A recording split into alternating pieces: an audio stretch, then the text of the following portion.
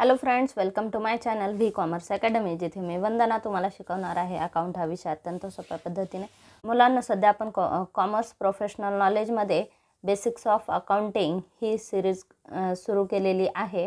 याच्यामध्ये आपण अकाउंटिंगच्या काही ज्या छोट्या छोट्या कन्सेप्ट आहेत, कन्सेप्ट छोट्या आहेत पण अत्यंत महत्त्वाच्या आहेत, अशा कन्सेप्टवर आपल्याला प्रश्न विचारले जाऊ शकतात.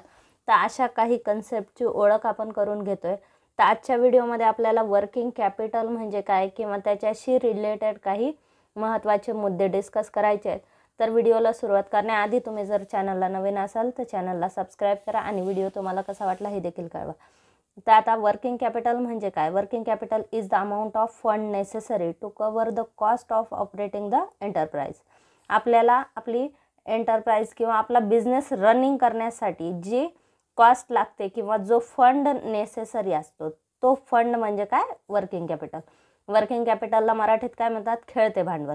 खेळते भांडवल म्हणजे आपल्या बिझनेसच्या day to day activity complete करण्यासाठी किंवा बिझनेस चालवण्यासाठी जे भांडवल आपल्याला गरजेचं असतं, जे खेळतं भांडवल गरजेचं असतं, तर त्याला वर्किंग कॅपिटल म्हणतात. त्यानंतर काय दिलं? Working capital is required for the routine and day to day operation of the enterprise.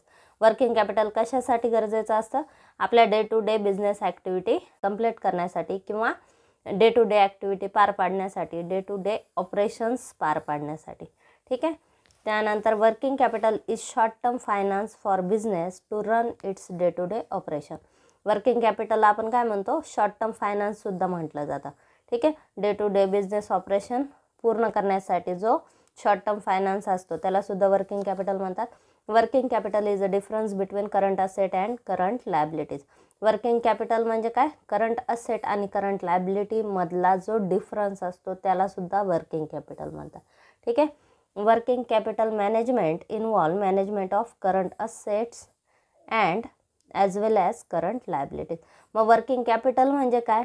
Current asset आणि करंट लायबिलिटी यांच्यामधला जो डिफरन्स असतो याला वर्किंग कॅपिटल म्हणतात.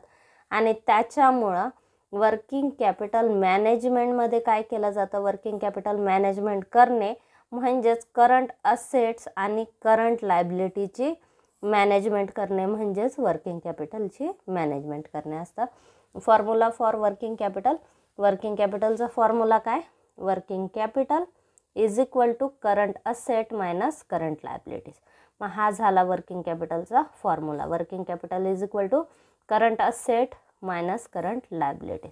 याच्यावर वर्किंग कॅपिटलवर तुम्हाला थेरॉटिकल प्रश्नसुद्धा विचारू शकतात. वर्किंग कॅपिटल म्हणजे काय याचा मिनिंग माहिती पाहिजे आपल्याला. आपल्या वर्किंग कॅपिटल म्हणजे खेळतं भांडवल, बिझनेसच्या डे टू डे ॲक्टिव्हिटी पार पाडण्यासाठी ज्या भांडवलाची गरज असते याला म्हणतात वर्किंग कॅपिटल. वर्किंग कॅपिटलमध्ये काय इन्व्हॉल्व असतं? करंट असेट आणि करंट लायबिलिटी यांच्यामधला डिफरन्स म्हणजेच काय असतो? वर्किंग कॅपिटल असतो. म्हणजे वर्किंग कॅपिटल म्हणजे काय? त्यानंतर वर्किंग कॅपिटलमध्ये वर्किंग कॅपिटलची डेफिनेशन आणि वर्किंग कॅपिटलचा फॉर्म्युला. तर याच्यावर आपल्याला प्रश्न विचारला जाऊ शकतो.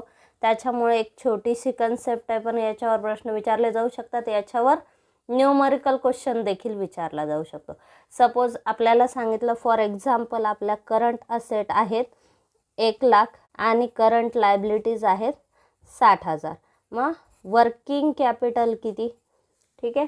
किंवा याच्यावर वर्किंग कॅपिटल कॅल्क्युलेशनवर रेशो ॲनालिसिसमध्ये सुद्धा प्रश्न विचारला जाऊ शकतो. ठीक आहे. तुम्हाला करंट रेशो दिला जातो, याच्यामध्ये करंट असेट किंवा करंट लायबिलिटीची व्हॅल्यू आपल्याला सांगितली जाते आणि वर्किंग कॅपिटल फाइंड आउट करायला सांगितलं जातं. ठीक आहे. तर या पद्धतीने याच्यावर थेरॉटिकल आणि न्यूमरिकल दोन्ही टाईपने प्रश्न विचारले जाऊ शकतात. छोटासा मुद्दा आहे, आपण 1-2 मिनटात, त्यामुळे महत्त्वाचा मुद्दा आहे त्यामुळे 2-3 मिनटात आपण तो कवर केला. तर आजचा व्हिडिओ तुम्हाला कसा वाटला हे कमेंट बॉक्समध्ये नक्की कळवा. चॅनल अजून सबस्क्राईब केलं नसेल तर चॅनलला सबस्क्राईब करा, व्हिडिओला लाईक करा, शेअर करा आणि सबस्क्राईब करा. थँक्यू.